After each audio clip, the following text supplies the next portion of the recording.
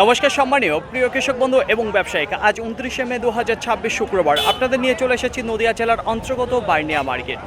আপনাদের বিনোদনের জন্য জানিয়ে দেবো আজকে মার্কেটে পেঁয়াজের আমদানি গোটা মার্কেটে শুরুতে 85 বস্তা মতো দেখা দিয়েছিল, তারপরে রানিং কয়েকটা বস্তা মার্কেটে আসার পরে 100 বস্তা মতো দেখা দিয়েছে আজকে মার্কেটে পেঁয়াজ। যত পেঁয়াজের ছিল সব কিন্তু ক্লিয়ার হয়ে গেছে। বেচাকেনার গতিধারার যদি কথা বলি, নর্মালি বেচাকেনা হয়েছে। বাজারের যদি কথা বলি, কোনো পরিবর্তন কিন্তু দেখতে পাচ্ছি না। গ্রাহকের যদি কথা বলি, এই 100 বস্তা নেওয়ার জন্য উপযুক্ত গ্রাহক মার্কেটে উপস্থিত ছিল, যে কারণে মার্কেটে সব পেঁয়াজ বিক্রি হয়ে গেছে। আচ্ছা, নিচে কিছু দাঁড়িয়ে রয়েছে 10 টাকা পার কিলো, কুইন্টাল প্রতি 1000 টাকা, তার উপরে 1100 টাকা রয়েছে, কুইন্টাল প্রতি 1200 টাকা রয়েছে, 1300 টাকা রয়েছে, 1400 টাকা রয়েছে, 1500 টাকা রয়েছে।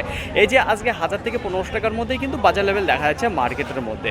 তো সুখেহারি যে পেঁয়াজগুলো রয়েছে আপনাদের জানিয়েছি, অল ওয়েস্ট বেঙ্গল কোনো মার্কেটে কিন্তু এই দামে বেচাকেনা হয় না। সুখেহারি পেঁয়াজ যে বার্নিয়া মার্কেটে বিক্রি হয় সেটা 16 টাকা, 50 পয়সা এবং 17 টাকা। তো সুখেহারি যে পেঁয়াজ রয়েছে তার বাজার কিন্তু একই জায়গায় স্থির রয়েছে।